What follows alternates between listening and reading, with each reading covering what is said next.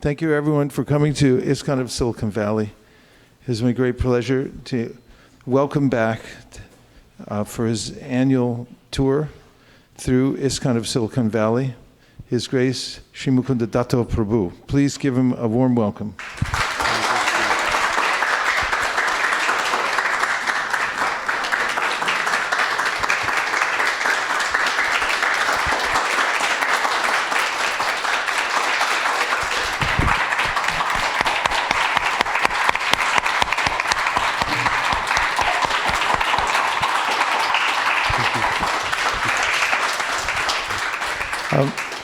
Mukunda Datta Prabhu is one of the early joiners of the Krishna consciousness movement who rode with the Radha Damodar party and was one of the pioneers of spreading Krishna consciousness in North America.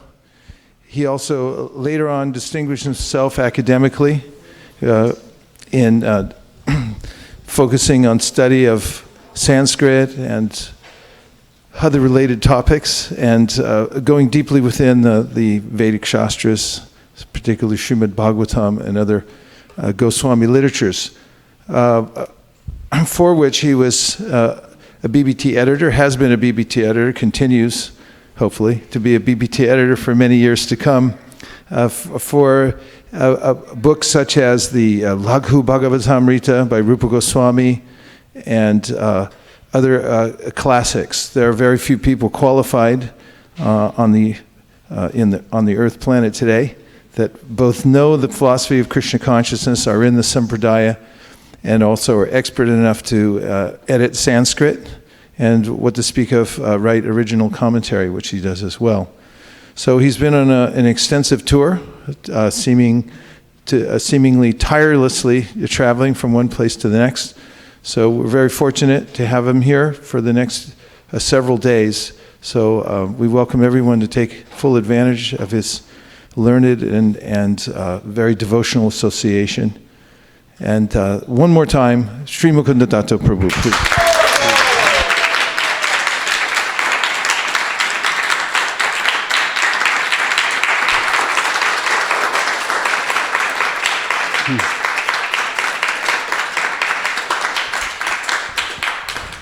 Hare Krishna. Thank you very much for such an enthusiastic, warm welcome.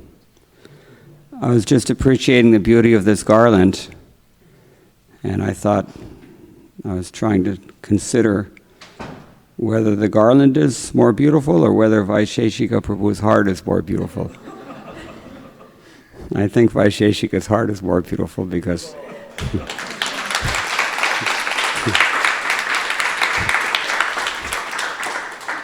the garland comes from his heart. That is its beauty. Okay, so we should begin. I'm sorry I'm a little late.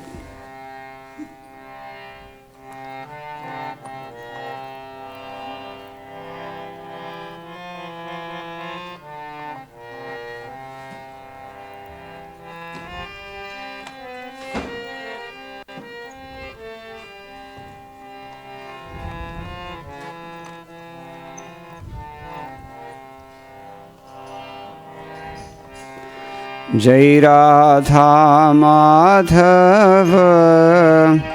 Kunja Bihari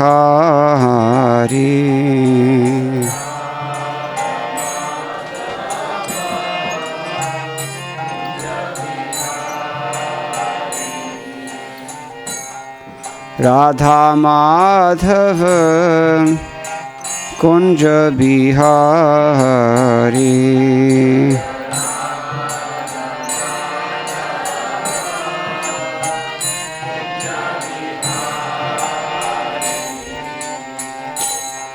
Radha Madhava Kunja Bihari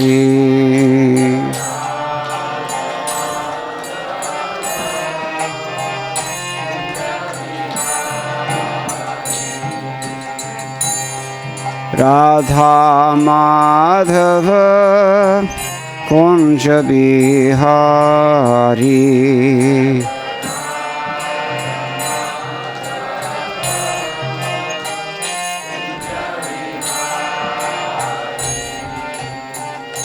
गोपीजना Vallabh Girivardhari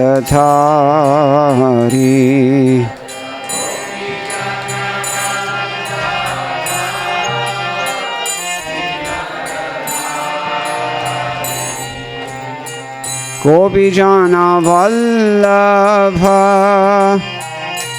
Girivardhari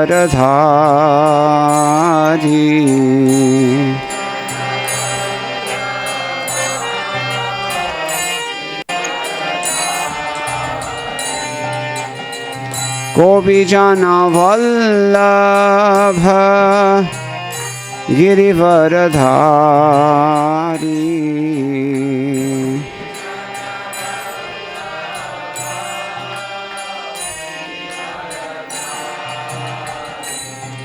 जय राधा माधव कुंज बिहारी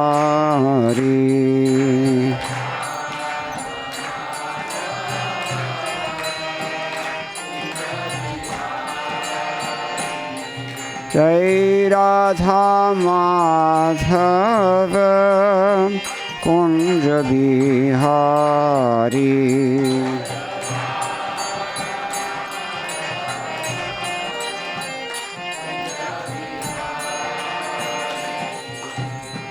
गोपीजना वल्लभ गिरिवरधारी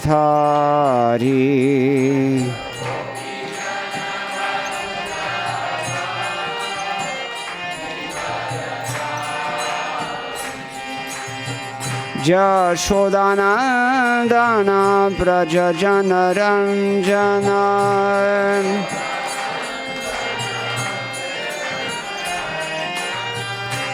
यशोदानन्दन व्रज जनरञ्जन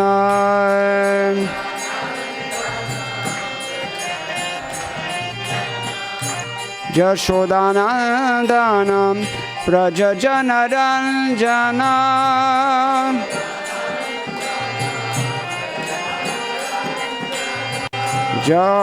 यशोदानन्दन व्रज जनरञ्जन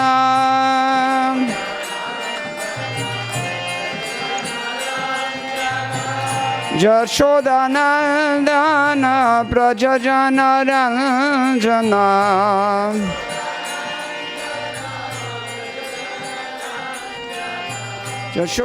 यशोदानन्दन व्रज जनरञ्जन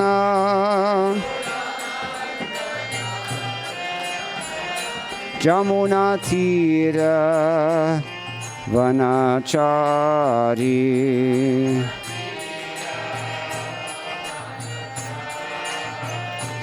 यमुनातीर वनचारी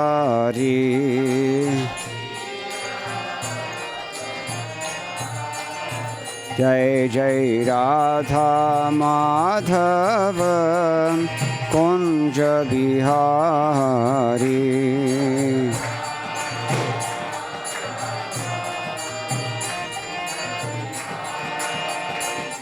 जय राधा माधव कुंज बिहारी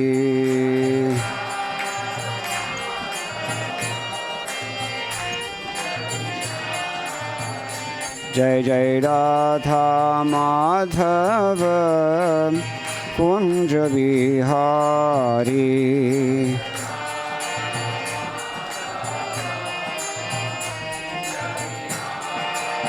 जय जय राधा माधव कुंज बिहारी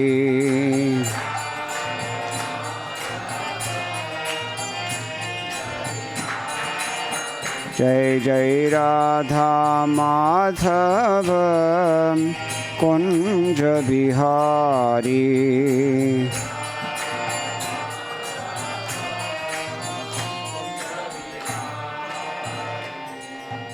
गौर प्रेमानंदे हरि हरि बोल। जयम विष्णुपद परमहंस परविजगाचार्य अष्टोत्तरशत श्री श्रीमद शिल अभय चरणारविंद भक्ति वेदांत स्वामी महाराज शिल प्रभुपाद की जय। अनंत कोटि वैष्णव वृंद की जय। नाम आचार्य शिल ठाकुर हरिदास की जय। प्रेम से कहो श्री कृष्ण चैतन्य प्रभु नित्यानंद श्री अद्वैत गदाधर शिवासारि गौड़ भक्त वृंद की जय। श्री श्री राधा कृष्ण गोप गोपीनाथ श्याम कुंद राधा कुंद गिरि गोवर्धन की जय। वृंदावन धाम की जय। नवद्वीप मायापुर धाम की जय। गंगा देवी की जय। यमुना मई की जय। भक्ति देवी की जय। तुलसी रानी की जय। समवेत भक्तवृंद की जय। श्री हरिनाम संकीर्तन की जय। ग्रंथराज श्रीमद् भागवतम की जय। ISKCON BBT संस्थापक आचार्य श्री प्रभुपाद की जय। गौ प्रेमानंदे। All glories to the assembled devotees. All glories to the assembled devotees. All glories to the assembled devotees. All glories to Sri Sri Guru and Gauranga. Jai Shri Prabhupada.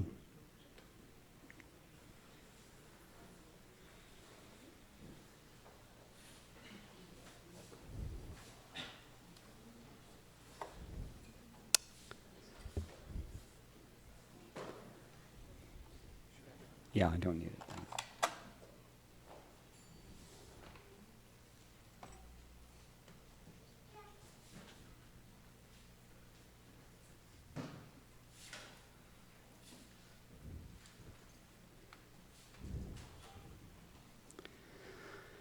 ॐ ज्ञानतिमिरान्धस्य ज्ञानञ्जनशलाकया चक्षुरुन्मीलितं येन तस्मै श्रीगुरवे नमः। श्रीचैतन्यमनोभीष्टं स्थापितं येन भूतले स्वयं रूपः कदा मह्यं ददाति स्वपदान्तिकं।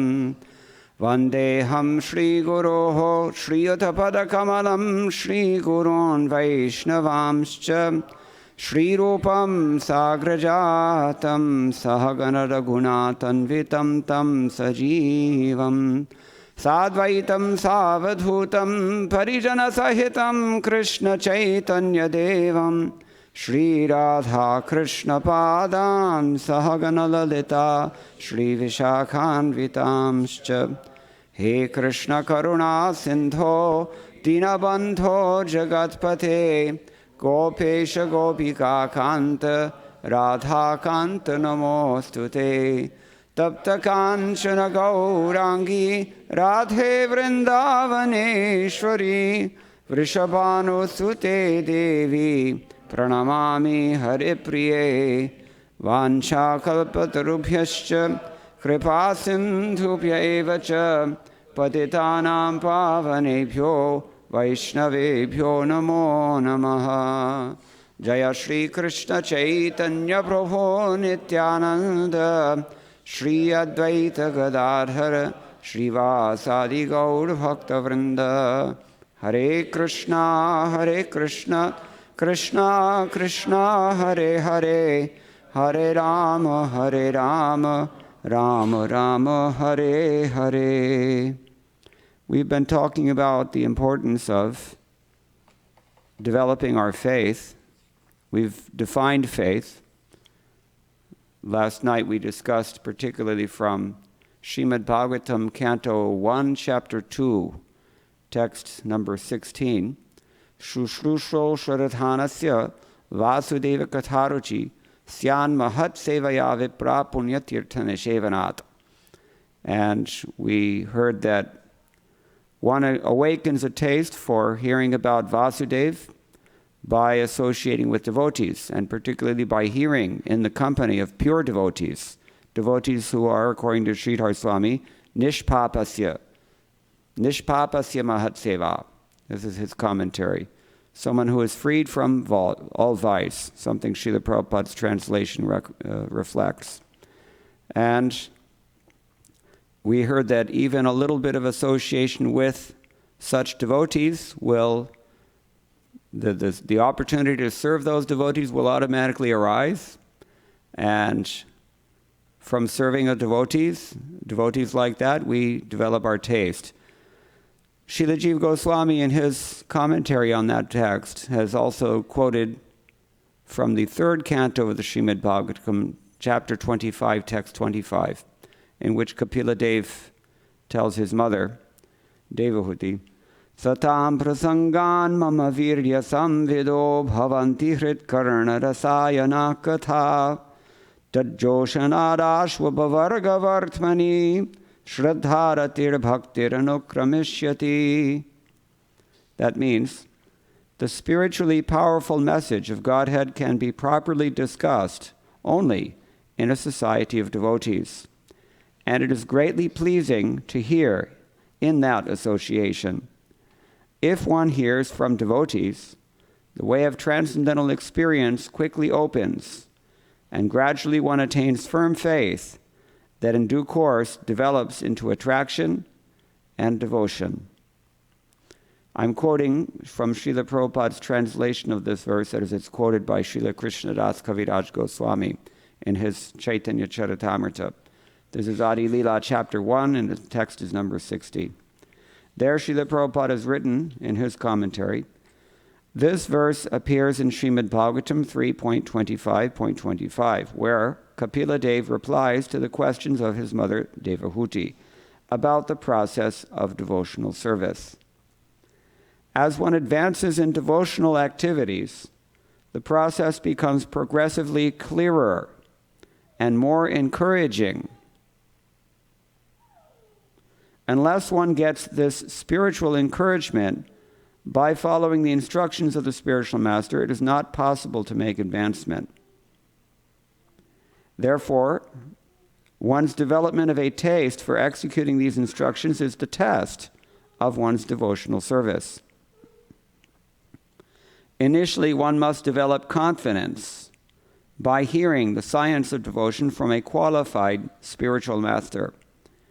Then, as he associates with devotees and tries to adopt the means instructed by the spiritual master in his own life, his misgivings and other obstacles are vanquished by his execution of devotional service.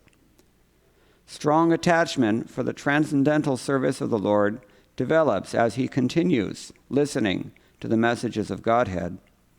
And if he steadfastly proceeds in this way, he is certainly elevated to spontaneous love for the Supreme Personality of Godhead.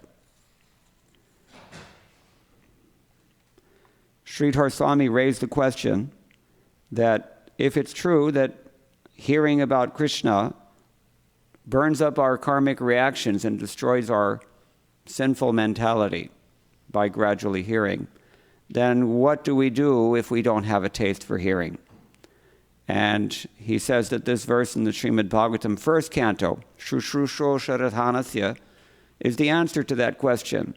You simply associate with the pure devotees, and however you associate with the pure devotees, you will be engaged in devotional service, and by that engagement you will become elevated.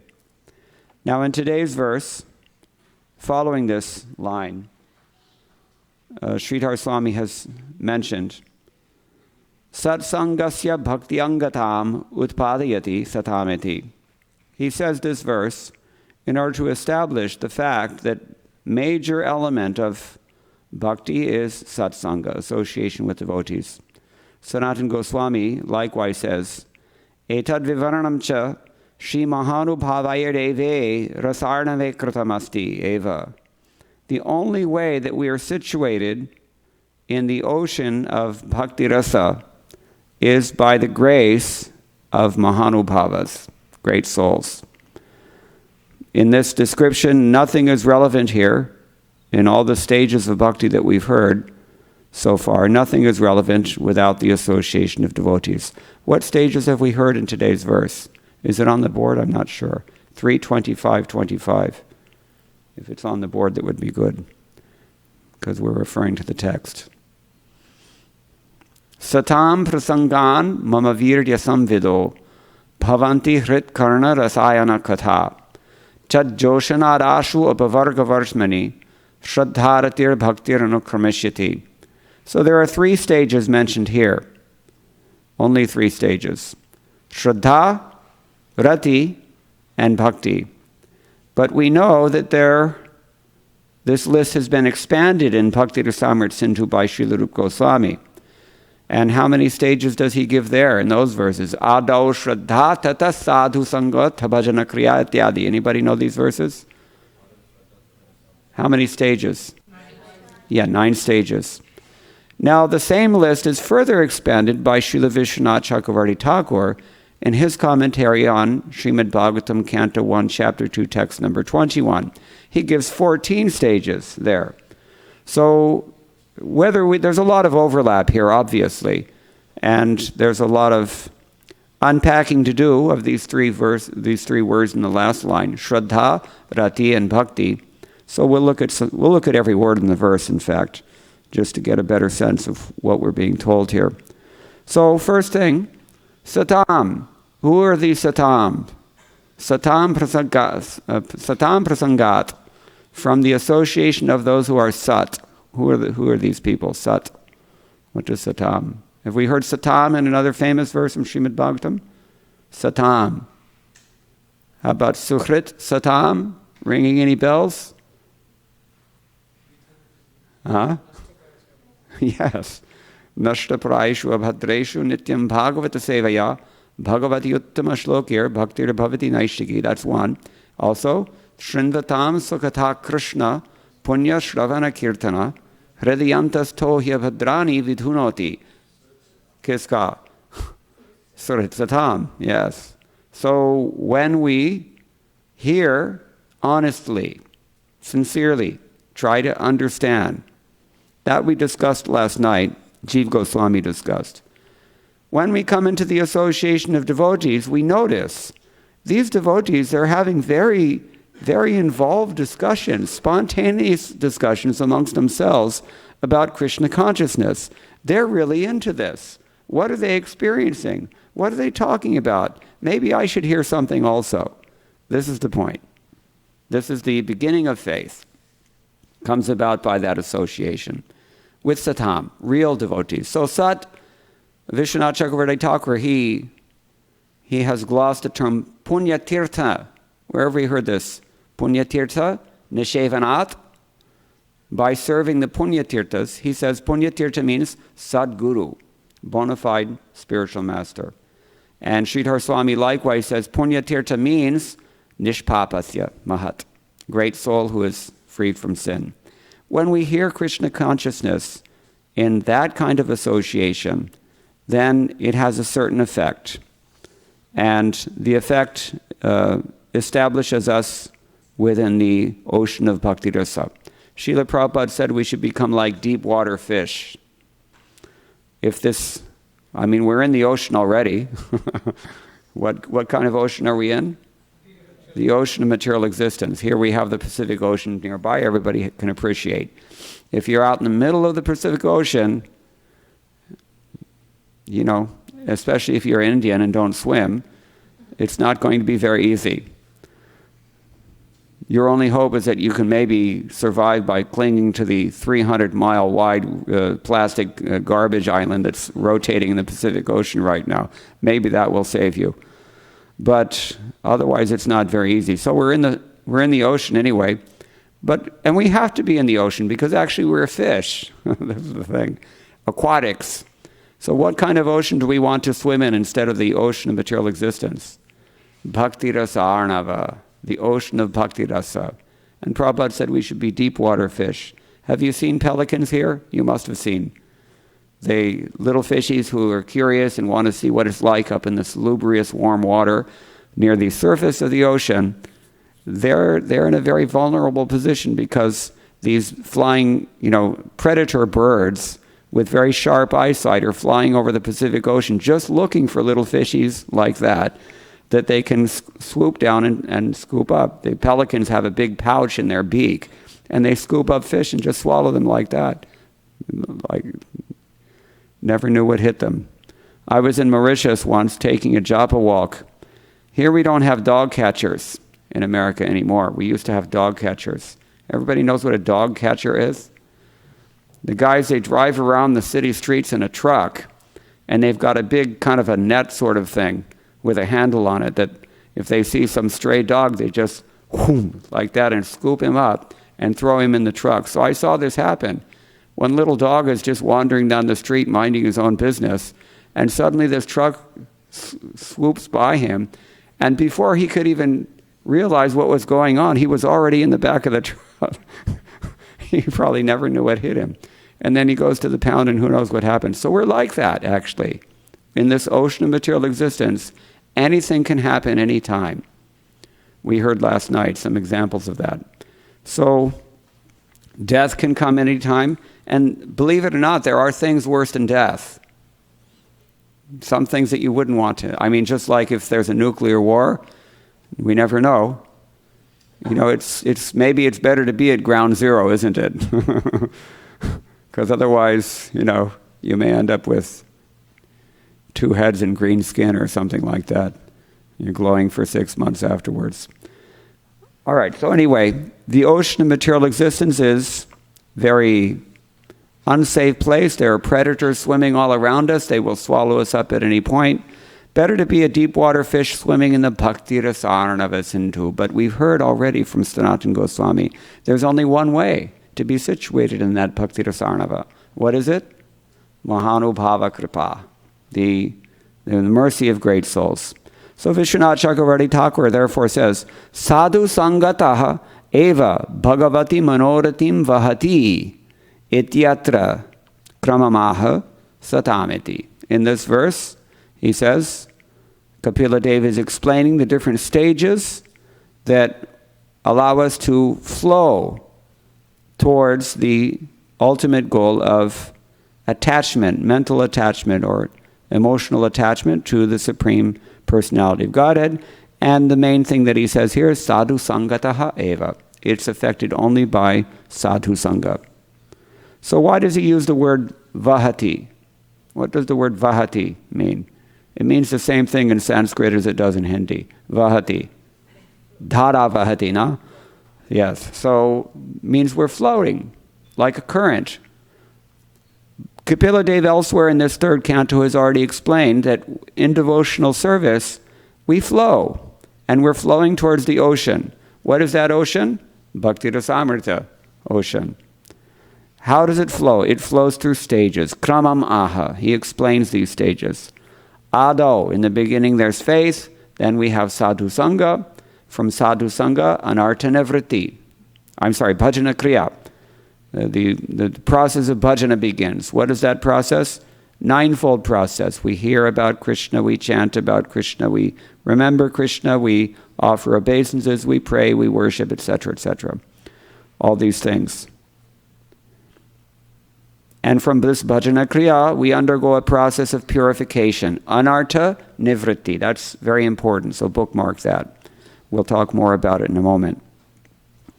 So Vishwanath Chakravarti Thakur, in his commentary on this verse, he tells us, first of all, what is this satam prasangan? Prasangat. We may recall that in chapter 25, 3rd canto, chapter 25, text number 20, the word was used, prasangam. It was stated there that everyone knows that attachment is what binds us to this material world. But that same attachment, if we can somehow focus it on a pure devotee, then that becomes our doorway to liberation. Prasanga. So what is this prasanga? Vishwanath Chakravarti Thakur says, it means prakrishta sangat. Very powerful association. The word prakrishta, just like we have this word utkrishta. Everybody knows this word, no? It's a fancy Sanskrit word, like in Hindi mein bhi hote hain, no? Utkrishta. Iska matlab kya hai? Yeah, super excellent. So prakrishta means like that. Superior, eminent, special, distinguished. It also means very strong. Strong in every sense of the term. Just like a strong taste. You see? So by strong association with devotees, he said, then this actually happens. What actually happens?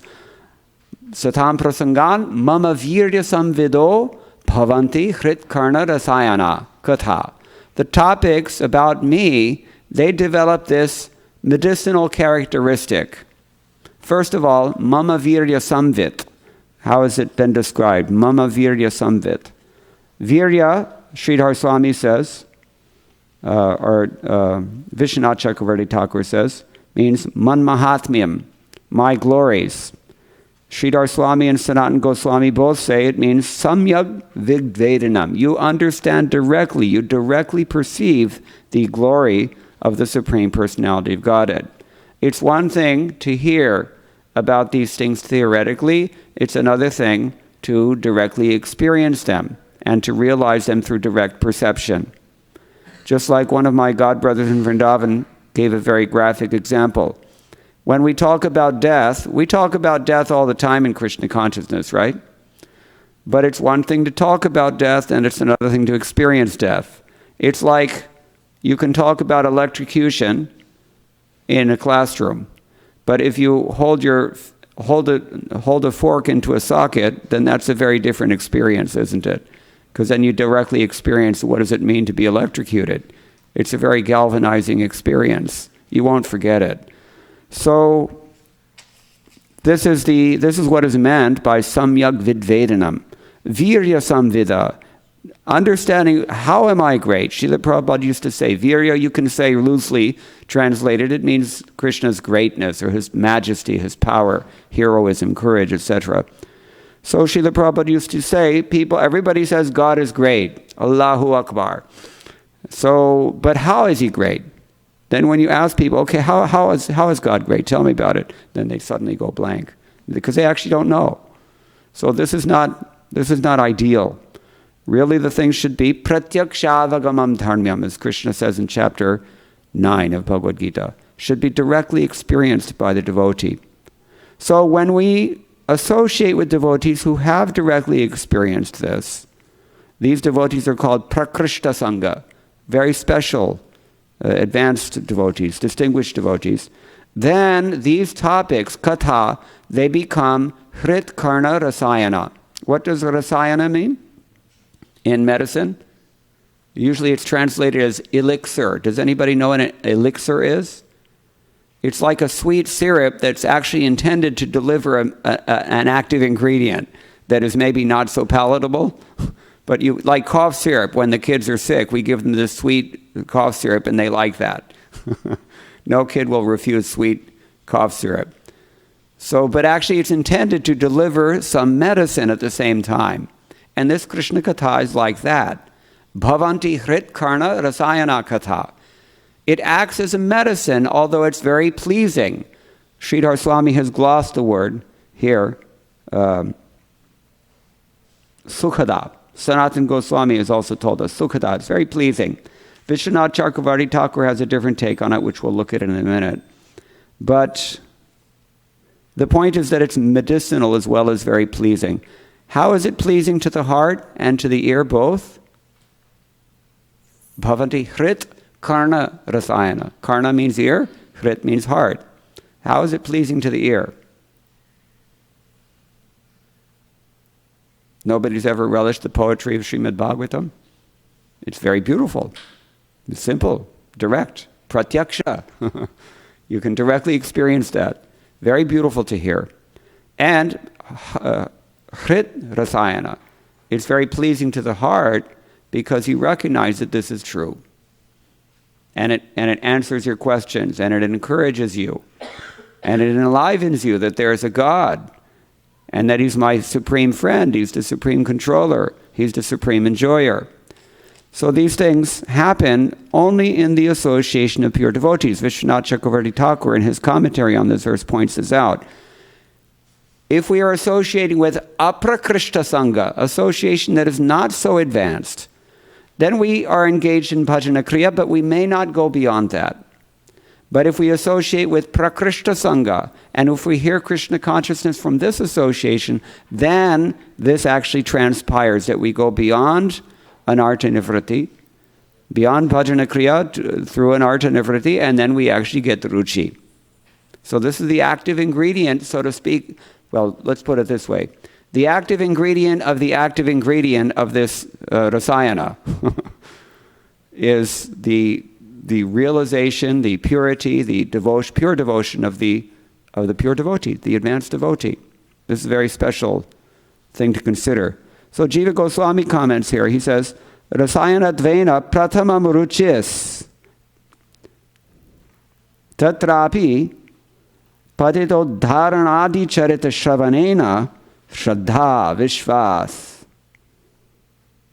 tatoratim bhakti. So that means that the first thing that happens as a result of the medicinal effect of hearing this Krishna Katha from the right source. Who is the right source? His Divine Grace, A.C. Bhaktivedanta Swami Srila Prabhupada. Srila Prabhupada ki. How grateful we should be that while the whole world slept, Srila Prabhupada took the austerity upon himself at a late stage in life to stay up all night writing these books for us. We're sitting here today.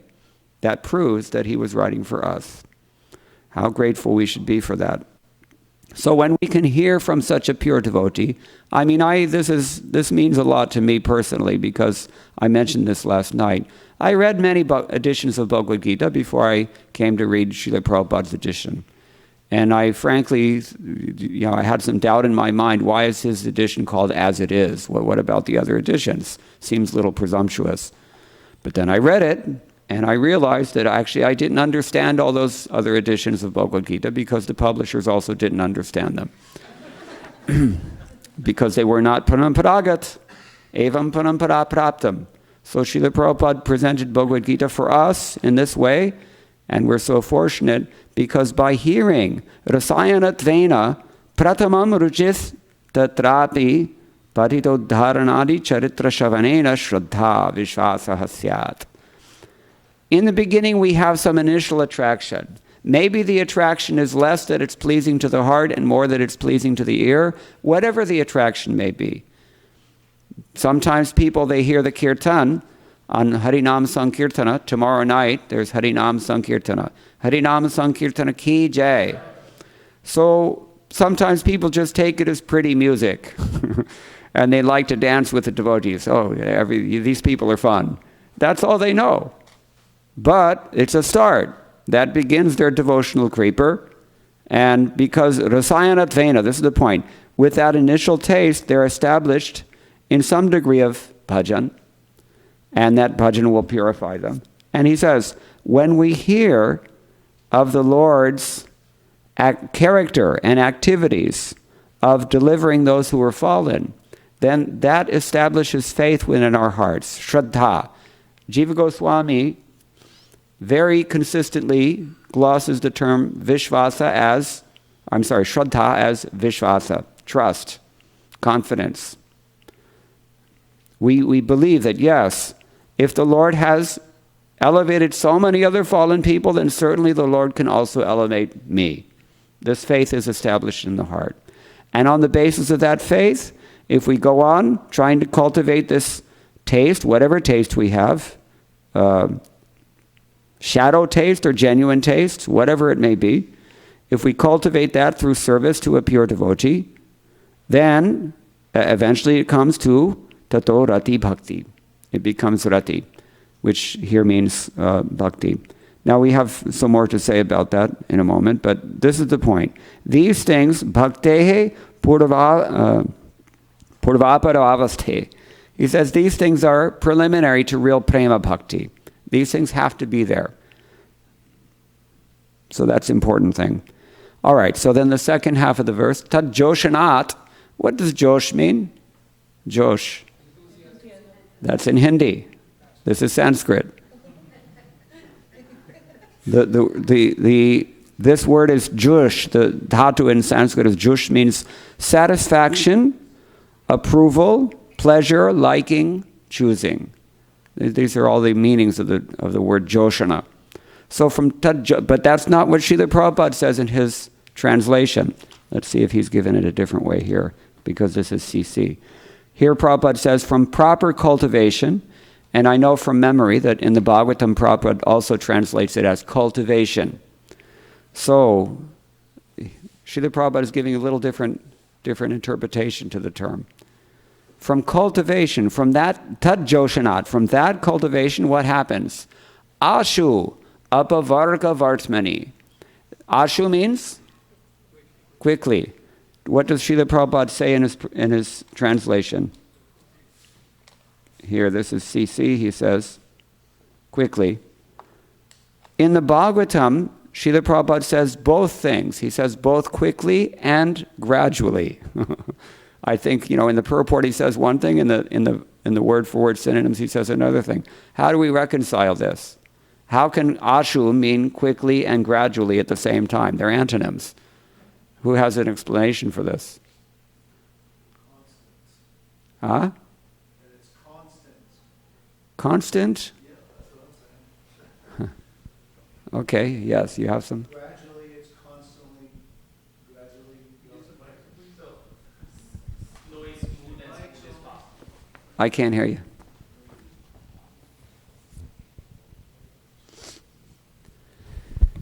So one possible explanation can be like slow is smooth and smooth is fast. So. We're getting some very creative ideas. Let's hear some more. From the soul's eternal journey point of view, it's quick, but inside the one birth, it may be gradual. He's got it. He nailed it. This is described in several places. Baladev Vidyabhushan in his commentary on Bhagavad Gita describes it this way. Jiva Goswami also in his Bhakti Rasamrita Sindhu commentary describes like this. Ashu, it seems to be very quick. Well, I should say first of all, gradually. For us, from our conditional point of view, conditional means conditioned. Because we're conditional, therefore we're conditioned. So from our conditioned perspective, it seems like, oh my God, it's only, it's like, how many hours until prasadam? For us, it's like, our taste is in a very different way. And so for us, it seems like, if I have to invest more than 5 years in this process, I don't know, maybe I'll want my money back if I don't become Krishna conscious by the end of 5 years. We've got our strategic plan without recognizing that it doesn't work according to our plan. Anyway, from our limited perspective, because we're so pinpointed on this temporary mind-body complex and all the dvandva mohas associated with it, Krishna calls them in chapter 7 of Bhagavad Gita, dvandva moha, the bewilderment of duality. These things condition us to think that it's a long time. But actually, if you look at the eternal perspective of things, it's just like that. Jiva Goswami gives this analogy.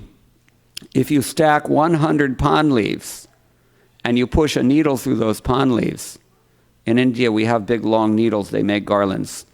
So, it goes through the pond leaves right away, immediately. But actually it doesn't go through immediately. It goes through the 100th leaf, then the 99th leaf, then the 98th leaf, 97, 6, 5, 4, ityadi. So this is the idea. It's quick and it's not quick at the same time. Welcome to the world of achintya bheda bheda tattva. There's a lot more contradiction coming, so get used to it. So ashu apavarga vartmani. The Tamils maybe will not understand this one because they don't have pavarga, they only have pa. But pavarga means pa, pa, ba, pa, ma. And these are, it's like an acronym, you can say. What does it stand for? Pa stands for, anybody know? Parishram. Not only shram. Shram means you work, but parishram, you really work hard, like Amazon. So, how hard do you have to work? Pena. Pena means you're foaming at the mouth.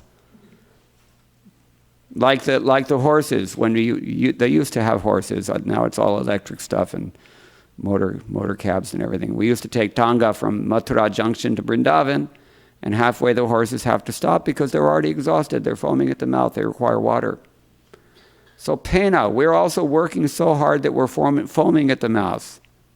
That's why people hardly have time for Krishna consciousness. At the end of the day, they're so exhausted and so mentally fried from the day of Ugra Karma that, how can they settle down and focus on anything? What to speak of religion, of all things? So, pena. What happens as a result of this parishram and pena? Not as a result, maybe, but concomitant along with it is what? B stands for ba. Bandhana. You're bound up. Everything you do is going to have a reaction. Therefore he says, Yajñarthat karmanon yatra lokoyam karma bandhana. You have to do something, you have to perform some sacrifice. For whom? Yajñarthat. What does that mean? Yajña ka matlab kya hai? Huh? No. Yajño vai Vishnuhu. Yes, Yajna is the name of Lord Vishnu. Specifically, what form of Lord Vishnu is identified with Yajna? Huh? No, fire is not Vishnu, fire is Agni. Varaha Dev. Yajna Varaha. If you carefully study the prayers in the Srimad Bhagavatam, you'll find this. He's identified with Yajna again and again. People don't know these things because, nowadays it's, even in India, I should say, especially in India, they're just giving up everything that is paramparagata bharatiya samskriti, and anything that smacks of God, they're throwing it out the window as fast as possible.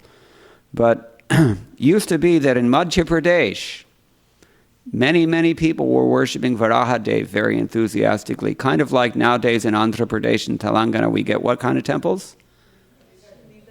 Huh? What did you say?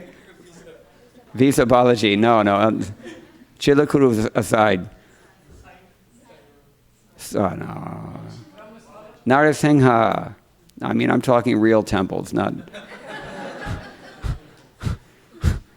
Yeah, it's true. It's true. We get... Anyway, Visa Balaji, he's on our side. Don't worry about him. He's got a plan. People think they're making the great escape. But actually, once they come to America, then they get, Hare Krishna, did you get a book yet? And they finally have some time, and they're finally freed from the harassment of, antithetical, employers and family, and everybody won't let them become Krishna conscious in India. We were just talking about this, The only time you have any freedom to pursue Krishna consciousness is in America. So he's actually working on our side. I figured it out. He's got a plan. There's a reason he's giving out all these visas,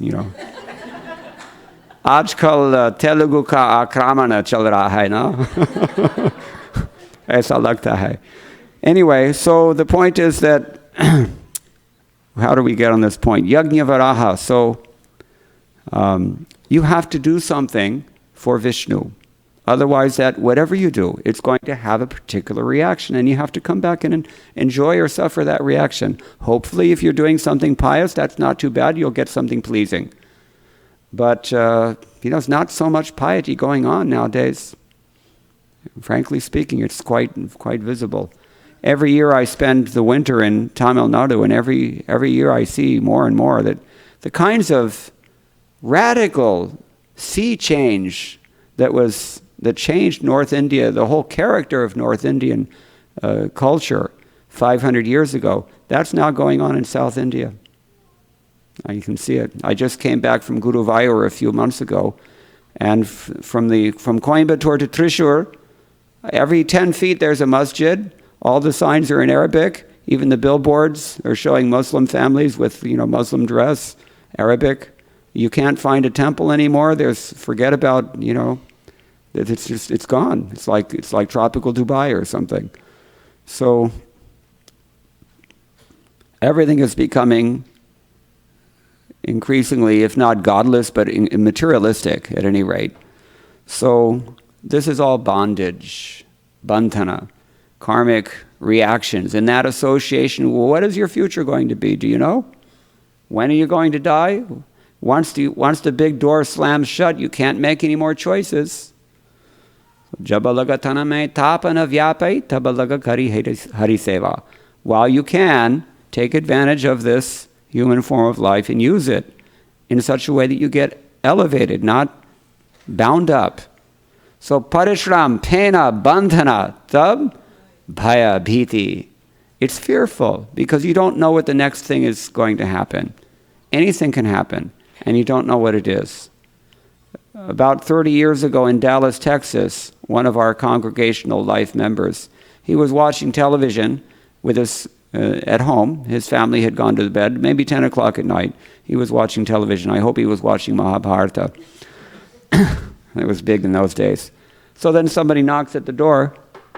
He didn't know that, you have to have this little hole installed in your door where you can check out who's coming. You don't answer your door in America at 10 o'clock at night. The last thing he saw was the point of a gun pointed right at his face, blew him to bits, just like that. Probably never knew what hit him. So, anything can happen anytime. Don't risk it. It's a gamble in this ocean of material existence. You can be eaten by a shark anytime, or you can drown, or any number of things can happen. But you will die. You will get old. You will get sick. And you will be reborn. That is bandhana. Therefore, it's frightening. We don't know what the next test is going to be, and we don't know how bad it's going to be, and we don't know when it's coming. It's like, we give this analogy. You invite someone for a wonderful feast, including Puran Puli. But, there's a bomb ticking in the room, and I'm not going to tell you when it's going off. So enjoy your feast. You see, that's what this material world is like that. Therefore, bhiti, bhaya. And finally, pa. What is the last one? Ma stands for maranam, mrityu. The whole thing is crowned with death. Even if you can tolerate the hard work, even if you don't mind foaming in the mouth, you'll pay the reactions, whatever, you're okay with that. You're fearful at every step, somehow you tolerate that. Still, you're dying, Baba. Where akhira akela jana. In the end, you don't know where you're going. Apane hitta kachukarale bhai. Akhira akela jana kabir das ne kaha. So, this is the point. Pavarga.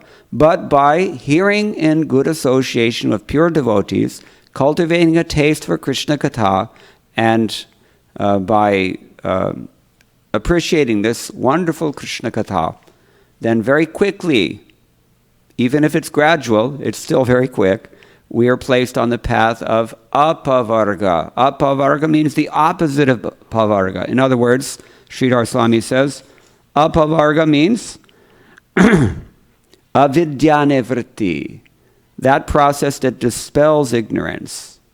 And Sanatana Goswami adds mokshova, or in other words, liberation. Path of liberation. So, what happens on that path of liberation? This is the final line. Shraddharatir bhaktir anukramishiti. Shraddha, we've already heard. Adau Shraddha. In the beginning, there has to be some vishvasa, some trust, faith. But this is not how Vishwanath Chakravarti Thakur takes this. How does he gloss the word Shraddha here? Not faith. He says asakti. Asakti. What does asakti mean? Attachment. Back in verse 20, remember we mentioned prasangam? The verse was used there. I think it was Sridhar Swami.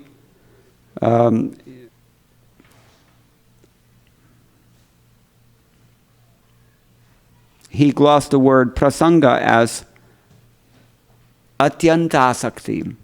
Atyantasakti, extreme attachment. This kind of attachment we should cultivate for the pure devotees. And this, he says, is called Shraddha. So according to Vishwanath Chakravarti Thakur, the threefold continuum in the last line is first asakti, and then bhava. Rati in this case, he says, means bhava. And everyone agrees with him. Sanatana Goswami also agrees. Bhava bhakti. That's described in the Chaitanya Charitamrita Madhya Lila, chapter 24, text 30. It's also discussed in Bhakti Rasamrita Sindhu, first book, fourth chapter, texts 1 through 19. So this is bhava. And Rati, these terms are a little difficult, not only because we have different lists of different stages. Here we have 3 stages. Bhakti Rasamrita Sindhu, we have 8 or 9 stages. Again, in the Srimad Bhagavatam, Vishwanath Chakravarti Thakur gives us 14 stages. That not only is there a lot of overlap, but sometimes the same terms are used to indicate different things. For example, in Chaitanya Charitamrita, we find that Rati is described as a subset of prema. There's how many? Maybe nine different aspects of prema. Once you get to love of Godhead, one of those is Rati. And lo and behold, another one of those is also called Bhava. And there's Anubhava as well. So it's a little difficult. Therefore, we have the help of our great acharyas who have gloss terms for us to understand. Now, fortunately, bhakti here in this last line, everyone agrees bhakti means prema bhakti. So, Shraddharatir bhaktir anukramishati. Anukramishati, what does that mean? According to Sridhar Swami and Sanatan Goswami, it means kramena bhavishyati. This, you have to go through these things in order, sequentially, kramena. That's the word krama means sequentially. Vishwanath Chakravarti Thakur tunes this a little more finely. He says, anukramena bhavishyati. What is the difference? Kramena bhavishyati and anukramena bhavishyati. Means you have to go through these one after the other. You can't start with prema and then go to shraddha. It doesn't work. Adau shraddha. The shraddha has to happen first. Okay, so these are a few things that we can look at here. Just to give a better impression, is he able to back up to text number 20? We can read the verses from text 20 to 25 in this chapter. Yes, prasangam ajanam pasham. And remember what we said is the meaning of prasangam? Atyanta asakti. The most strong kind of asakti. What does the translation say? Every learned man knows very well that attachment for the material is the greatest entanglement of the spirit soul, but that same attachment means the degree of attachment, when applied to the self-realized devotees, opens the door to liberation. Text 21, famous verse. These giving the characteristics of the sadhus. Titikshava karunikaha sutrata sarvadehinam ajata shantaha sadhavaha sadhu bhushana. These are the ornaments of the devotees. What are they? He's tolerant, merciful, friendly to all living entities. He has no enemies. He's peaceful. He abides by the scriptures. All of his characteristics are sublime. Next verse, text 22. These are the sadhus that we want to hear from. Mayananyena bhavena bhaktim kurvanti ye dharham matkrite tyakta karmanas tyakta swajana bandhavaha. That means, such a sadhu engages in staunch devotional service to the Lord without deviation. For the sake of the Lord, he renounces all other connections such as family relationships and friendly acquaintances within the world. Next verse, text number 23.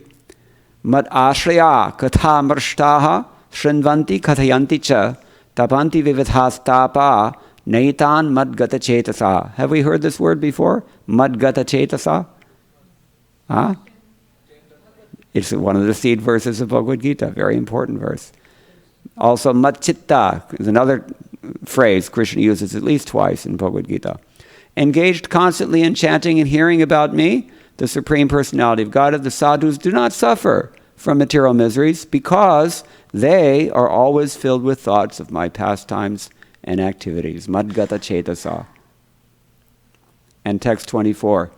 Ta ete sadhavaha sadhui sarva sangha vivarjitaha sangasteshvatate prarthyaha sangha dosha harahite. This is something that Vishwanath Chakravarti Thakur finds significant in his commentary on tonight's verse. He says, this is something that was prayed for previously. He says, Sangha prarthya iti purvoktehe. He's talking about this verse. O my mother, O virtuous lady, these are the qualities of great devotees who are free from all attachment. You must seek attachment to such holy men, for this counteracts the pernicious effects of material attachment. Counteracts the pernicious effects of material attachment. This is like Narad Muni in his Narad Bhakti Sutra. He says much the same thing. Anybody know the sutra I'm thinking of? Tad eva sadhyatam, tad eva sadhyatam. You must strive for this, you must strive for this. Twice he says it. Why? Because this counteracts the effects of material attachment. What kind of effects of material attachment? Pernicious. What does pernicious mean? Pernicious means, remember we were talking about elixir in the beginning? It's cough syrup. There's medicine in it. So the kids like it because it tastes good. They don't see beyond that level. Pratyaksha praman. They understand that much. So they drink it. Happily they drink. Tastes good. Animals also do this. But what if it's not medicine inside? What if it's poison inside? That is pernicious. It looks good. It looks very appealing, but it will kill you. This is the thing. So throughout our Shastras, we find these warnings are there. Whenever we're told, on the positive side, seek association of devotees, the injunction is either implied or explicit, avoid negative association. Anybody can think of an example of this kind of instruction? Think Rupa Goswami. Upadeshamritam, what has he said? Verses 2 and 3. He says the same thing in both verses. You have to accept devotional association, you have to reject non-devotional association. You know what this is called? This is called Anvaya Vyatireki Nyaya. It's a kind of pervasion. If you have to give positive coverage and negative coverage. Sorry? Yeah, same thing is there in that verse. So you always remember Krishna, never forget Krishna. This is, the Shastra generally does this. Whenever there's, just like Prabhupada says, you chant 16 rounds, you avoid these principles. The positive and negative should always be there, just so that it's no chance of any mess up. So in 2 verses, he's saying the same thing. Associate with devotees, don't associate with non-devotees. And then in case you didn't understand that, he says, don't associate with non-devotees, instead associate with devotees. So this is the point. So what kind of devotees? This is the point. Prakrishta Sangha. Really advanced devotees. From them, they will take you beyond bhajana kriya. They will take you through anartha nivritti and give you ruchi. This is how it works, what we discussed last night.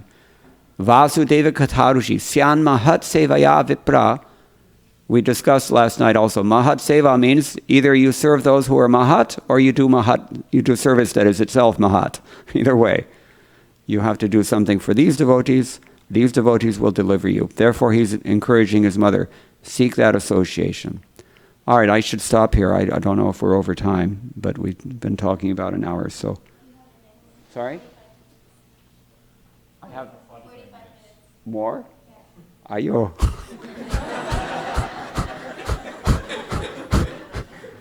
Well, maybe we should ask if there are any questions. I kind of structured this with the understanding I had an hour. Yes. Any of the questions usually take long, so maybe now we'll end on time. So, Prabhuji, you were talking about Nishpapasya Bhakta, means like those are sinless.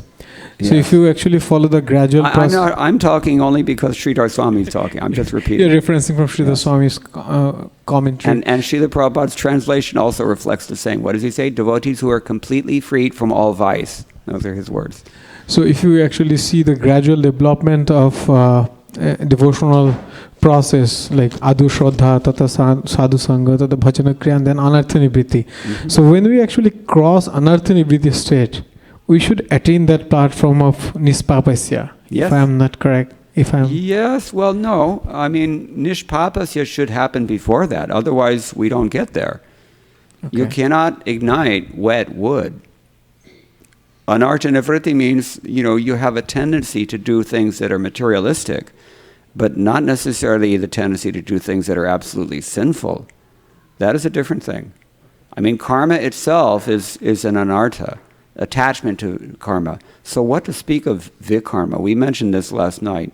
In his Bhagavatam commentary, Jiva Goswami makes this point very clear.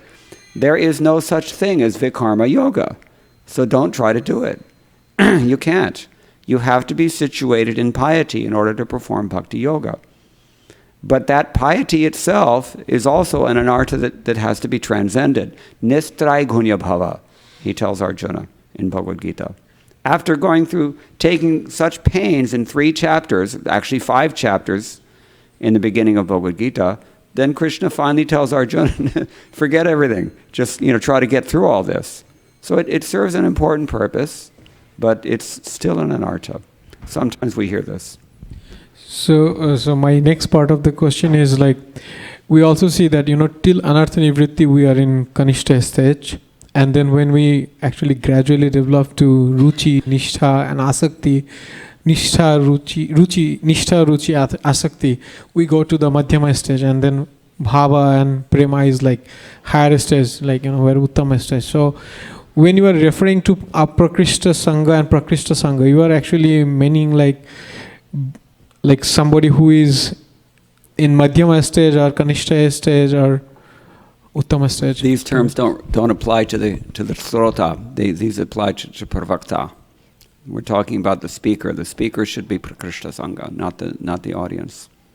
The audience is understood. We need to hear it to get to that stage. Is that clear?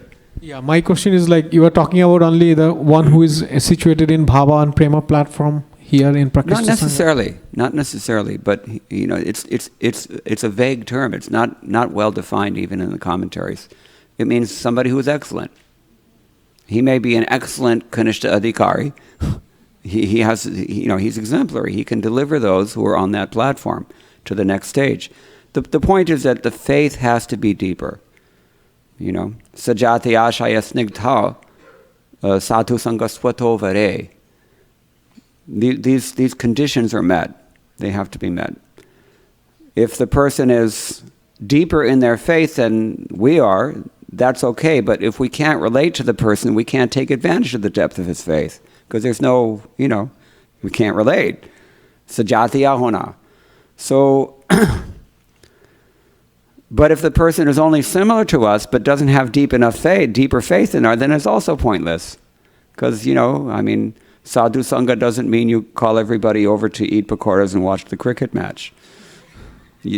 Somebody has to actually be more, solid in their faith than that person who's, let's say he's a Telugu IT engineer. IT meaning international Telugus. Then, that person who has deeper faith, you can relate to them because he's, somebody, the same profession and same whatever. But the person is deeper in Krishna consciousness. That person will avail us. Okay? Is it clear? Yes.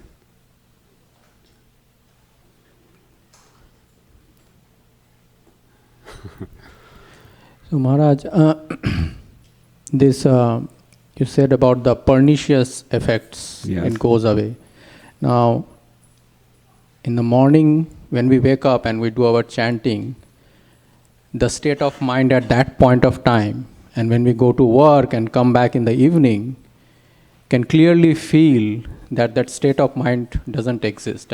You are in a much more like either passion or ignorance, because even if in workplace everything goes smoothly, still that state of mind you have in the morning when you are doing chanting doesn't exist. And what would you suggest? It's not limited to the state of mind also. Yes. It's the state of the environment as well. Yeah. In the morning, the environment itself is more sattvic. In the day, it's rajasic, and with nightfall, it turns tamasic. So therefore, we're advised that, yanisha sarva bhutanam, as, it may be that, how shall I say this? When I was in Dallas recently, I was trying to get some sleep after a late program. It's one of the idiosyncrasies of my karma that the more exhausted I am, the less I'm able to sleep. So, I was trying to get some sleep and very much valuing that rest because I need to function the next day. But then you have nishacharas driving down the street. And they have this mega bass speakers in their audio systems in their car, and you have to hear this. So, the environment itself is also, it's going to infect our consciousness, whether we like it or not. This matter is being crammed into each of our 10 organic senses at every moment, 24/7, no matter where you are. So, fortunately for us, if we are tivrena bhakti yogena, if we practice tivra bhakti, then pungsam kalikratan doshan, all the ugly things that are created by this Kali Yuga, in 3 categories: dravya sambhava dosha, desha sambhava dosha, and atma sambhava dosha. These 3, haran, what does he say? Sarvan, harati chittasto Bhagavan Purushottama. When Bhagavan sees that we're serious about hearing and chanting sincerely and seriously, then he from within, he will purify us of all these flaws. That is one thing. Another thing is that is the essential Bhagavat marg, you can say. Then the Panacharatric Marg and also the Varnashram path is to try to, as much as you can, to arrange the external environment in a way that is favorable. So you don't stay up until 1 o'clock in the morning, meeting a deadline or writing programs or whatever people do it that late. People eat dinner at 11 o'clock at night.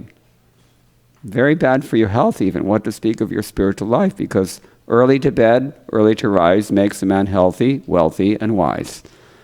So, we rise early in the morning. When everything is still, for sure you're not going to find the nishacharas out after 7 a.m.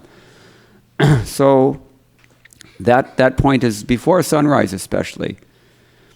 If we can rise before sunrise and eliminate all the poisons, toxins from our system, then shower. That is a sacred bath. It's a scriptural injunction. Non-performance of that bath will incur sinful reaction. So, if we do this, and we practice sadhana bhakti in those early still, Brahma Muhurta it's called, best time of the day for spiritual practice, then that is the best thing. But even if we have to chant, God forbid, subway rounds, or here you don't have subways, but I'm sure you have some equivalent, then BART rounds, okay, yeah, so. If you're really sincere about it and intense, tivra, then Krishna will still help. Lucky for us, all the most auspicious things are affected automatically in our lives by association. Therefore, we were reading from Chaitanya Charitamrita last night, Sadhu Sangha, Sarva Siddhi Hoy. Sarva Shastra Koi Lava Matra Sadhu Sangha, Sarva Siddhi Hoy. Every perfection, even material perfection is there. We need all kinds of perfection. Is it okay? Anything else? Yes, way in the back. Hare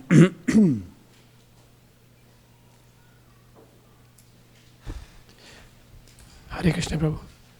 Thank you for the wonderful class. So a quick question about the importance of Sadhu Sangha.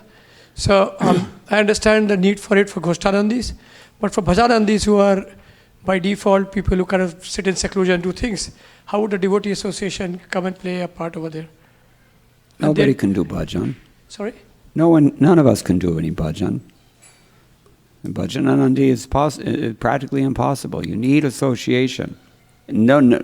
Bino satsangana harikatha, bino mohana bhage. You know this one? Without association, there's no harikatha.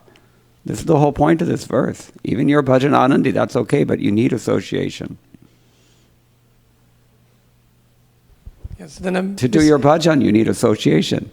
I understand. So I'm just kind of missing where the people who are not typical ISKCONites and typical Goshtadandis who kind of mingle with people, where do they get opportunity? Because I think they sit in seclusion and do japa and chanting, and how difficult that may be. Therefore, Bhaktisiddhanta Saraswati Thakur says, Taba Harinama Kevala Kaitab. It's just cheating. I understand. Okay, yeah. So it is not really a recommended. It's not. They're not getting anywhere. They're not going to elevate them. Okay. Thanks for clarifying. Anything else?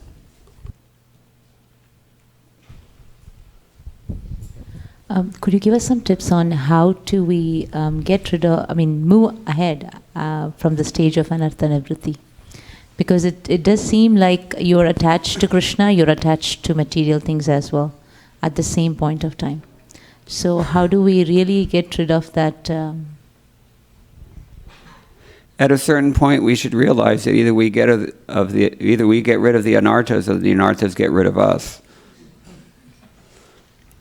His Holiness Rompad Swami was speaking on this topic once. Same passage, actually, the Bhagavatam. And he said that the nature of Bhakti Devi is to remove anarthas. And, when she does that, if you're clinging to those anarthas, then you will be removed along with them. So, that's a pretty stark realization. And most of us, who got one foot in each thing, old habits die hard, it's true. But at least intellectually, if we recognize the logic of this truth, then it's a great help in making, mustering the determination to just push through this process of anartha nivritti. without being mental. And of course, as always, this happens through sadhu sangha as well. The sadhus, they provide us the social trajectory that is created in the association of devotees. They provide us with the inspiration. They provide us with the direction. They sometimes provide us with a kick when we need it. So, sarva siddhi hoy. Everything comes through the association of devotees. That's why I said, even if you're only interested in practicing bhajan, you still need sadhu sangha in order to do that. Otherwise, this is called yoga. No, there's no chance. Is that okay? Anything else? Yes. Hare Krishna Prabhu. Today morning I was reading this article by Chaitanya Charan Prabhu where he says how Arjuna was practicing his prescribed duty as a Kshatriya. He would practice archery even after everybody's sleeping. And hence because of his complete sincerity he became an instrument in Krishna's plan. He was one of the main warriors in Mahabharata. Is my understanding correct that if I'm whatever duty I have, whatever job I'm doing, if I'm sincere and if I actually try to connect that somehow it'll tie into Krishna consciousness, is that a correct way of thinking? Or how do I do my work and how do I give up the results to Krishna? I'm sort of having trouble understanding that. It's a pretty general question. Maybe you can be more specific. What exactly is the... Yeah, for example, I'm a software engineer. Yes. How do I... And I work 8 hours per day. I'm on that category. So how do I connect that job of coding to Are you working during the daylight hours? Yeah. Well, consider yourself very fortunate. Yeah. I mean, some people have to do this, offshore. Yeah. India is the only country in the world where you consider yourself offshore in your own country. You're onshore in somebody else's country, and you're offshore in your own country. I can't figure that out yet. But I think it has something to do with the reason that Indians produced salt from the Indian salt from the Indian Ocean, gave it to British masters who sent it to England for processing, and then brought it back to the Indians and sold it to them as a high price because it was imported. And Indians think they got independence in 1947? It's the same people still enslaving you that have enslaved your forefathers. Yeah. I mean, if you really want to get me opened up on that topic, that's another trajectory altogether. But you have to balance. Don't forfeit your humanity in order to be so-called successful in your work. You have to do your duty. You have to do it responsibly, and you should try to be successful. But not if it requires forfeiting your Krishna consciousness or your health or your civility or your dharma and all these things. Is it okay? It's complicated. Yeah. The brahmacharis have very simple life. The sannyasis have a very simple life. Vanaprasthas have a life that is simplifying. The grahastas have a very complex set of problems that they have to deal with. And that is why we have spiritual masters, because spiritual masters can, navigate us through, as I said before, the ocean, the Sargasso Sea, you might say, so much, so many distractions, so many difficulties. These kinds of practical questions are exactly why spiritual masters are there to help us. Because they, especially a spiritual master who's been a grahasta, they understand the problem. I just have a follow-up question on that. How do I? So I'm always trying to think how can I make sometime in future I actually want to attract scientific community to Krishna consciousness, but that's very far-fetched for me, and I feel I don't know how to connect my current job with Krishna. Is that even a thing? Right. Well, again, this is what spiritual masters do. Ado Gurvashraya. The beginning thing is that we take shelter of a bona fide spiritual master.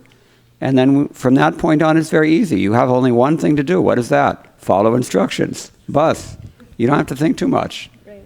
What do you want next? That's it. Kim Kuromi. Okay. So, that is a very easy thing. Okay. Yeah. Thank you. Otherwise, we have so many ambitions, and sometimes we kind of conflate our ambitions with our Krishna consciousness, and it gets very complicated. And and when we're young and passionate, we all want to make our mark on the world in exactly the same way that every dog wants to pee on every tree. Because this is animal life. Really, Prabhupada said the dogs and cats are running around on 4 legs, and we're running around looking for the same things on 4 wheels. But, it's a sophisticated animal existence based on eating, sleeping, mating, and defending. So, by the time you get past 50, hopefully, if you've been reading Prabhupada's books, you see through all this stuff. And you see that it's ultimately pointless. And that the real thing is that, you're going to end up at a 30-degree incline in a hospital bed next to a beeping pole. And that's your life. And, what have you got for it? Who cares how many awards you got, or how much prestige, or how much money, or, that doesn't make any difference. What is your consciousness? Where are you going? Where have you come from? This is human life. People have no idea because, as I said, we were talking about this on the way over here, especially in India, you're discouraged at every step if you try to take the Krishna consciousness. They will not let you do it. Neither the media will allow you to do it, neither the government, neither your employers or your families. It's so difficult. But this is the only thing that makes a human life truly human. Dharnamasya hina pashubhisamana. Without this, we're no better than polished animals, Srila Prabhupada used to say. All right? Yeah, behind you. Thanks. Hey, Hare Krishna. So my question is related to her first question. So with very little knowledge that I have about Bhagavad Gita, like somewhere Krishna says to Arjun that among trees, I am the tree of people. He says what? People, yes, correct. Ashwatam. Among elephants, I am Airavat. Among Pandavas, I am Arjun, right? Mm-hmm. So I live in the best thing which are out there in the world, right? Mm. So if you excel at what your duties are, that means you have godly element living inside you, right? Because I think in order to achieve that height of excellence, you really have to do your parishram with anasakti and through karma yoga, right? So to maybe paraphrase her question in different manner, is the pursuit of excellence in line with pursuit of spirituality, or do they intersect? We have to understand excellence. There's material excellence, and then there's spiritual excellence. Scholarly excellence. Sorry? Scholarly excellence. Yeah, that's one kind of material excellence. So, it's fine to have, the whole point of that chapter 10, Balaji Vidyabhushan explains, is to show that in each category, whatever is best is representative of the ultimate excellence, which is Krishna. So, allow me to give an example. Like when I think of Madame Marie Curie or Louis Pasteur, right? They were trying to achieve their excellence in their work just for the sake of it, right? Without having to enjoy the fame or money that comes out of it. And their invention helped millions of people, generations and again. Well, I have no idea what their consciousness was, frankly. I can tell you about the mathematician, A.K. Ramanujan. He said that, all of his revelations came to him at night when he was dreaming, and in his dreams, the Tyre of Namagiri was coming and giving him all these equations. And he felt that was his dharma to do that, so he did it. And he was appreciated for it, although he got a lot of opposition for it as well because he was Hindu. Right. So what's your take on, but yeah, so with that context, with that definition of excellence, like scholarly excellence, not for personal fame, wealth, or anything. Yeah, this is Bhagavad Gita. When Krishna tells Arjuna, you know, tato yujyasva bharata, you should fight, but you should not be selfish, and you should not, you know, be lazy, and you should, you know, you have to do it as an offering unto me. This is the real principle behind that. In the end of chapter 10, he says, Yad yad vibhuti mad sattvam srimad urjitameva va tatat eva vaganchotvam mamate jongshansambhavam. Everything you should appreciate is part of my splendor. Therefore, you should actually offer all these wonderful things to me. Right. A person who has that spirit, that person is Krishna conscious. Another person may not have that spirit. He may do great things in the mundane sense, but that's all he gets for it. Temporary mundane appreciation. And it disintegrates after some time. People may appreciate for a few years, but Dhruva Maharaj, we're still talking about him, and this is like kalpas later, yugas later. We're still glorifying his character because devotional service is a higher degree of excellence. It's far, far beyond all these mundane, paltry concepts that we have of what it means to be a success. You can study a very nice verse in the 5th canto, Yasyasti bhaktir bhagavati akinchana, sarvaya gunais tatra samasate suraha. All the demigods and all their good qualities as well reside eternally in the heart of a devotee. Samyak asate. They sit there completely and forever.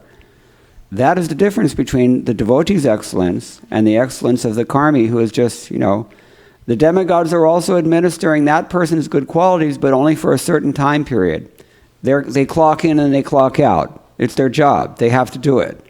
But they don't really appreciate, these people are ingrates. We have to do our duty and give them what they deserve.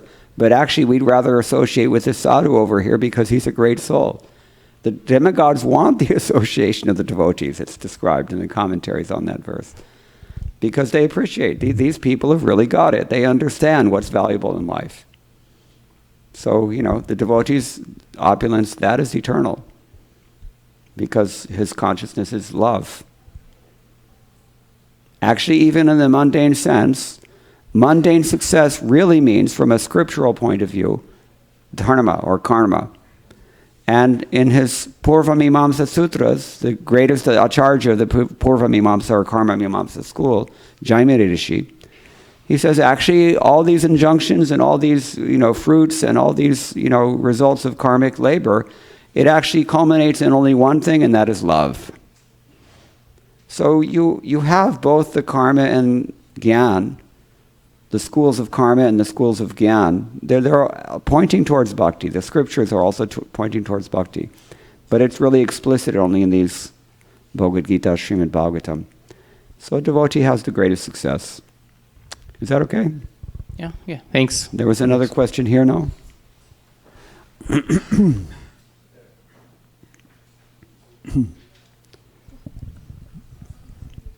Hare Krishna Prabhu.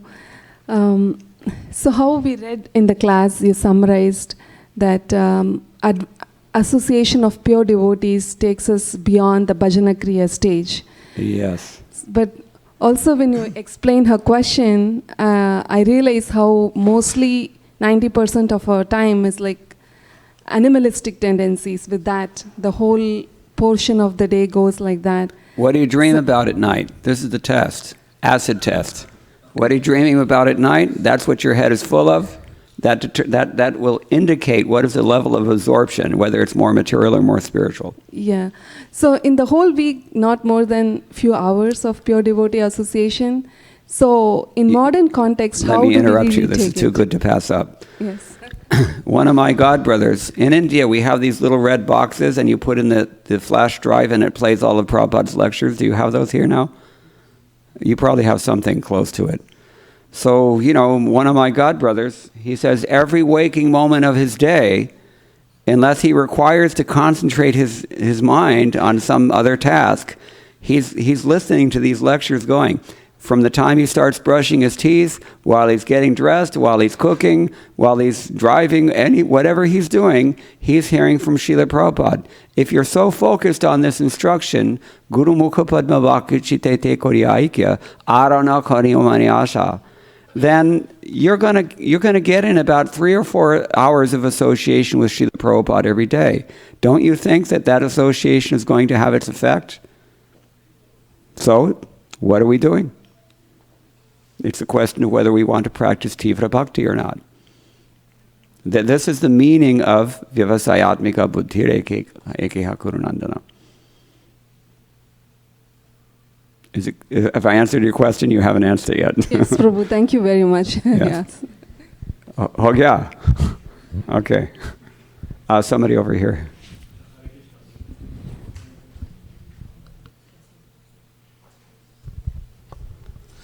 Hare Krishna. So my question is kind of related to what she asked. So what I felt in the material world, I was reading somewhere that the body belongs to the material world and the consciousness belongs to the spiritual world. So a lot of, it doesn't mean that if you're excelling in something in the material world, that doesn't mean that you're not going to be a devotee. There are a lot of stories of a lot of devotees who are kings and who managed the whole kingdom, and still they were devoted. Yes. So, that's a reflection probably. But the difference is that the consciousness is on Krishna rather than on the accomplishment. That is the difference. That is what defines Krishna consciousness. It's not a question of activity. It's not like Krishna consciousness is a different activity than anything else. Everything else is also Krishna consciousness in potentia. But, we have to actually get the consciousness together such that we direct it in the right place. Then it's fine. This is the meaning of yad karoshi yad ashnasi yad johoshi dadasi yad. Krishna says, well, whatever you're doing is fine. You don't have to change your activities. You only have to change your consciousness. Is it clear? Yeah, that's clear. And about excelling in something, what role does something like a prarabdha place? You can do whatever you want, but you need the blessing of God to even attain something. That's true. We mentioned this with regards to yasyasti bhakti bhagavati akinchana. For the non-devotees, they are limited by their karmic restrictions. Like a dog on a leash. If he's got a 10-foot leash, he's going 10 feet and no further. 20-foot leash, okay. But he's on a leash. So we're all like that. Karnamani, what is that? Yes, Yaswindra Gopalamathamenda Mahosva Karma Ityadi. So everybody, you may be Indra, you may be a germ, whatever, it doesn't matter. You've got your karmic restrictions. It's like a credit line. You have higher credit, you get a bigger credit line. So, that's how we're working in the material world. But when we're in Krishna consciousness, then Krishna is maybe directly taking care of our account. He may or he may not. It's up to him. Sometimes he lets our karma go. That's why devotees still suffer sometimes. But ultimately, he's monitoring everything. That is the difference. And Krishna doesn't take such personal care and attention for the non-devotees because they don't want him. So he says, okay, he backs off and lets them do what they want. But if a person approaches Krishna and says, Tavasmiti chayachate, then Krishna will take care of him from that point on. He's mine. He's chanting my name. He's a devotee. We were discussing this. Tulsi mala, even. If a person is wearing a tulsi mala, then the Yamadutas see him wearing this, and he's one of Vishnu's people. We can't, you see? So it's like that. You may not be advanced even very much, but if you make that decision, then Krishna considers you a devotee. But if you excel, well, look at it this way also. Yoga kshemam vahami, Krishna says, he will provide whatever we lack, whatever we are not gifted in terms of our own karma, and whatever we do have, he will preserve that. This is the devotee's excellence. It's a very different thing than the karmi's excellence. Is it clear? Okay, somebody over here was, yes. Hare Krishna Prabhu. I'm wondering about, earlier you gave the example of someone being attracted to hearing kirtan on the street.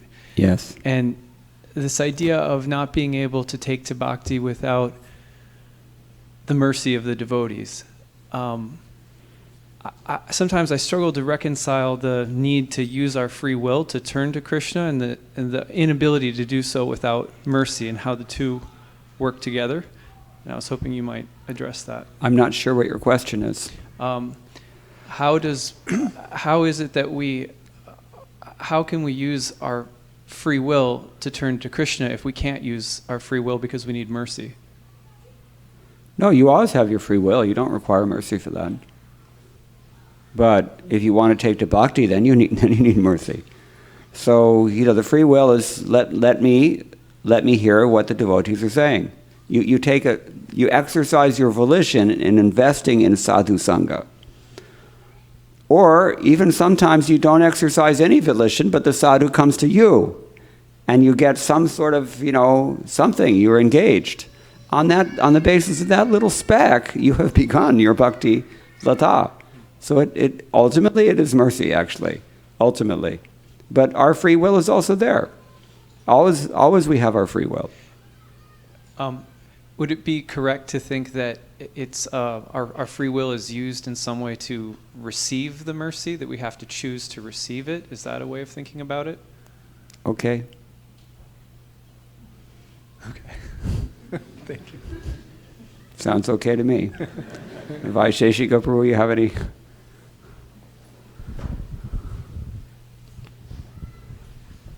Okay.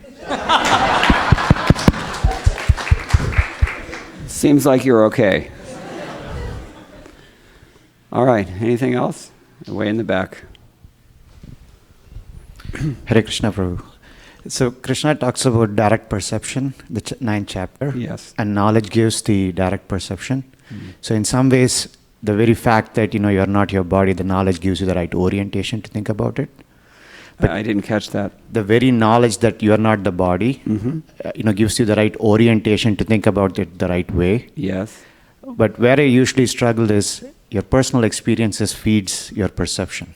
Your personal experiences feeds your perception. Feeds your perception. And then it reinforces faith as you actually experience moments of Krishna.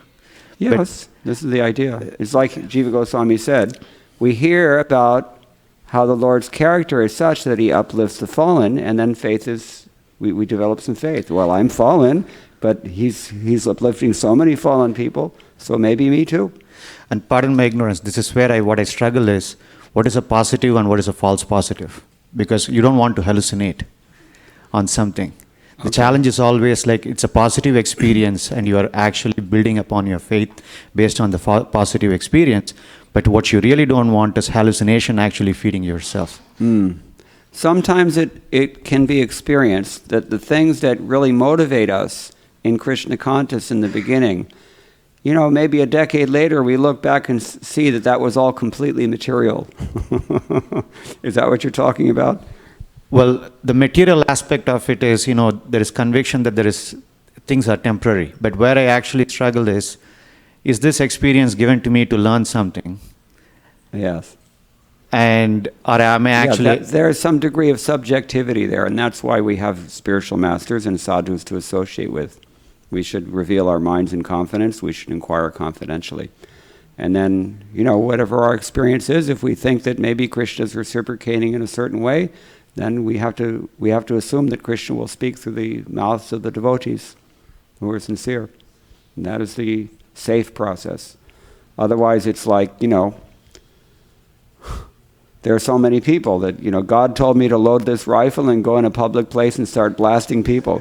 It happens. People, who don't have knowledge, they do such things because they don't have the process. So yeah, again, we can see in this example the great boon that is association with devotees.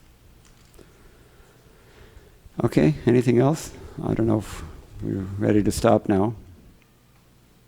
Or one more here. Are we over time or?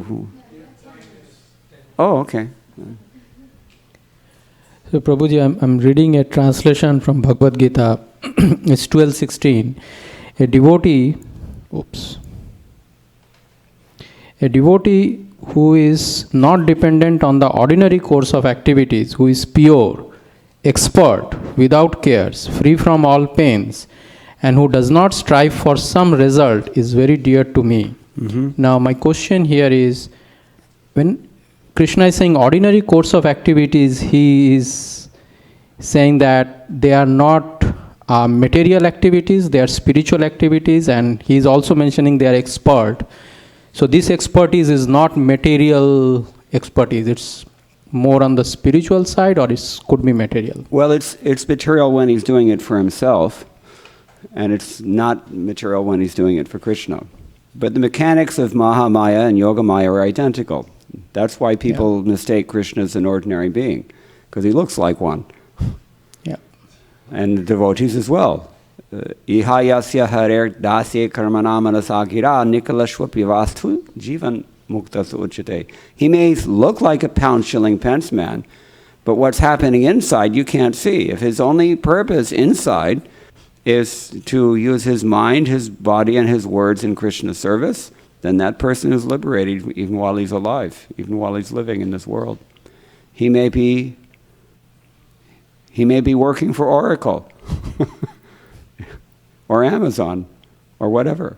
But if his internal purpose is only to please Krishna, and if he's properly guided by Krishna's representatives, then Jivan Mukta Uchyate.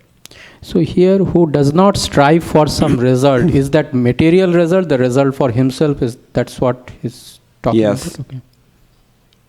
Because devotees, as you know, we strive very hard for results. But, our results are Krishna's results. Therefore, they will be successful. Unless, Krishna wants to test us, which he often does. That's why in Vrindavan everybody takes shelter of Srimati Radharani instead. You never know what Krishna's going to do. He can do anything, anytime. Okay, I think we can stop now. And Vaishesha, one more here.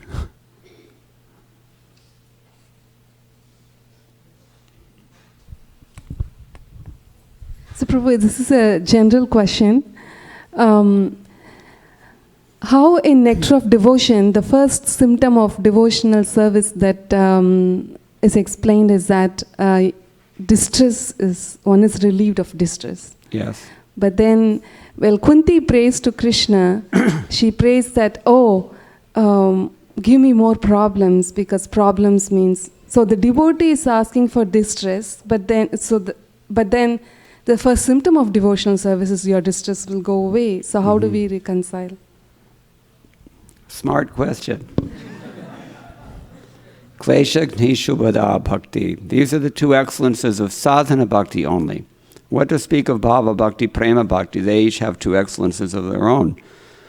Your material life, the sinful reactions are going to be eradicated. That is klesha gni. The suffering is always sinful. Suffering is never pious. It's always a sinful reaction. And shubhada means it confers upon you piety even though you don't deserve it. Therefore it's called punya shravana kirtana. It is punyavat bhakti by its very nature. But these things are not karma. These things they're the excellences of bhakti itself. They're spiritual excellences. Now, regarding Kunti Devi's approach that, let me suffer more and more, she was also spiritual in her approach in that she recognized that when we are in a situation of reverses, we will take shelter of Krishna. Once I was in a very difficult circumstance, and my godbrother Keshava Bharati Maharaj pointed out to me that, we say, how many times do we talk about taking shelter of Krishna? I mean, it's a very common phrase. So what does shelter mean? Shelter, what does it mean? What is shelter? Protection. Protection from something. Protection doesn't exist unless there's some attack, right? You are protected from something. There's never protection if there's no threat. This is the point. Therefore, these threats are Krishna's mercy. And they help us to advance in bhakti. It's kind of like tough love. they say in primary educational circles. You have to be a little tough with the kids sometimes if they're a discipline problem. So material nature serves that purpose, but even in pure Krishna consciousness, sometimes Krishna just wants to test his devotee. In the passage of Priyavrata Maharaj from the 5th canto of the Srimad Bhagavatam, we may recall Priyavrata did not want to get married. He was detached and he was afraid of becoming attached. So, Swayambhuva Manu had to preach to him, and Lord Brahma had to come and preach to him. So many people had to preach to him. He was so hesitant to get married. Finally, they convinced him to get married. So when he got married, what happened? He became attached. Sometimes, there's a couple of things to consider here. Sometimes, likitamapi lalate pranchitam kaha samartha. Whatever's written on your forehead, you cannot overcome that. If you're fated to suffer, then even if you're doing the right thing for the right reason and, instructed by the right persons, still you suffer because it's meant to be. That is karma. But even if we are purely motivated and even if it's not a question of karma, sometimes Krishna just wants to test us. Vishwanath Chakravarti Thakur comments on that passage that the reverses of a devotee are threefold. Number one, it may be prarabdha karma, which we just have to tolerate. Krishna sees fit to let that prarabdha karma operate because it will help us. It will purify us. Anyone ever been through Saturn? If you have, you know. So these things will help us in devotional service. Even mundane suffering will help us in devotional service if we take it properly. So that's one reason. Another thing is that maybe it's actually the more common than not, the reason a devotee has to suffer is from what? Anybody know? Offense. We've committed some aparat. And that does happen. Very often it happens. That is the number one cause of devotee suffering. But the third reason is even more scary than those two. And the third reason, he says, sometimes either Krishna or his devotee wants you to suffer for some inscrutable reason that you can't figure out. You see why I said we take shelter of Srimati Radharani? She knows what it's like. Ashlishya Pavara, the gopis came and told her after Krishna went away to Mathura that this guy's not coming back, you're better than him, you should just forget about him. And she said, yeah, I know, he's Lamparta. But, mat prananatas tu sevanaparaha. So she knows what it's like to deal with Krishna. So if we take shelter of Srimati Radharani, that's the best bet. You can sleep peacefully if you're sleeping in the door of Srimati Radharani. One Braj poet says. So, why is it that devotees want you to suffer? Sometimes the mixed devotees want you to suffer. For example, not only in ISKCON, but even among the demigods, sometimes if they see that you're becoming, you're checking out of their system, they actually require our input for their own maintenance. And they don't like, it's described in the Upanishads, just as a farmer, who he may have so many cows, but he doesn't, even if you've got hundreds and thousands of cows, he still doesn't like to lose even one cow.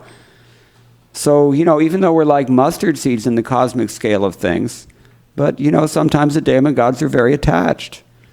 And so they don't like us to check out of that system. And so they send obstacles our way. How many times have we read about this in the Bhagavatam? Like Indra tried to stop Prithu Maharaj's horse sacrifice because he was about to become the Dvitiya Shatakratu.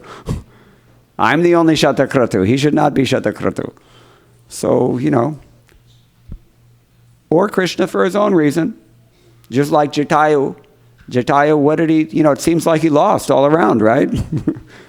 Neither he saw Ram, neither he, lived. So, what to do? This is what it means to be surrendered. You ready? Anyway, we're not suffering now listening to you, that's for sure. And just in closing, and out of gratitude for your coming to visit us, one may be dedicated to reading Srimad Bhagavatam, but it's 1,000 times sweeter and more potent when someone who's read and digested Bhagavatam comes and speaks to us. So I speak for everyone here. I'm sure that we're feeling this effect from your taking Srimad Bhagavatam under the shelter of your gurus and representing it to us in a way that that goes deep within our hearts.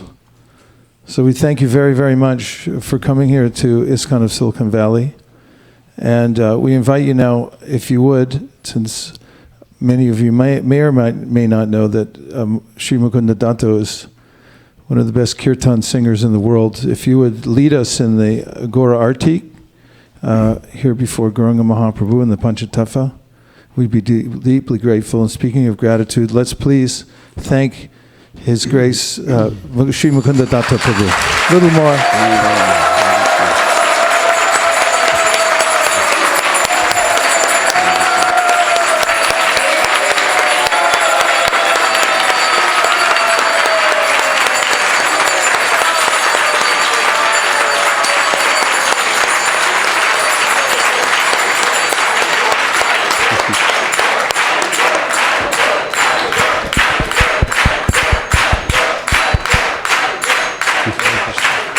Hare Krishna. In the Srimad Bhagavatam, in his commentary on the verse from the 5th canto, Swasti astu vishvasya khala prathidatam, Srila Prabhupada says that Prahlad Maharaj is a typical Vaishnava. And in a similar way, I can say you've given me a typical ISV welcome, which I appreciate very much. Thank you. All glory to Srila Prabhupada.